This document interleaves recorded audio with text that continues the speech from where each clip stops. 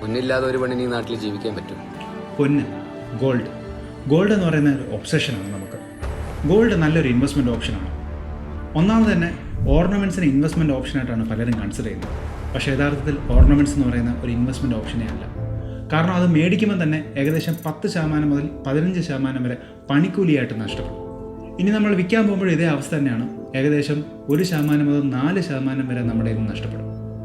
ഇനി നമുക്ക് എങ്ങനെ ഗോൾഡ് മേടിക്കാം? ഗോൾഡ് ബോണ്ടുകളായിട്ടോ ഗോൾഡ് ETF-കളായിട്ടോ നമുക്ക് മേടിക്കാൻ പറ്റും. പക്ഷേ അതും നമ്മുടെ പോർട്ട്ഫോളിയോയുടെ 5% മുതൽ 10% വരെ നമ്മൾ ലിമിറ്റ് ചെയ്യണം. കാരണം ഗോൾഡിൻ്റെ വാല്യൂ കൂടുന്നത് എപ്പോഴും ഒരു എക്കണോമിക് സ്ലോ ഡൗണോ അല്ലാന്നുണ്ടെങ്കിൽ ഇംബാലൻസോ ഉണ്ടാകുമ്പോഴാണ്. ഇയർലി ഗോൾഡിൽ നിന്ന് നമുക്ക് കിട്ടുന്നത് 8% മുതൽ 10% വരെ റിട്ടേൺ ആണ്. ഗോൾഡിൻ്റെ ഒബ്സഷൻ മാറ്റി നമുക്ക് കൂടുതൽ റിട്ടേൺ കിട്ടുന്ന പ്രോപ്പർ ഇൻവെസ്റ്റ്മെൻറ്റ്സ് ആയ ഇക്വിറ്റി ഷെയർസിലും ഇക്വിറ്റി മ്യൂച്വൽ ഫണ്ട്സിലും ഇൻവെസ്റ്റ് ചെയ്ത് കഴിഞ്ഞാൽ നമുക്ക് ഗ്രോത്ത് കിട്ടും. സത്യത്തിൽ പൊന്ന് തൊടാത്തപ്പോഴും പെണ്ണിന് യഥാർത്ഥ ചന്തം. ഒരു പാളിച്ചയില്ല.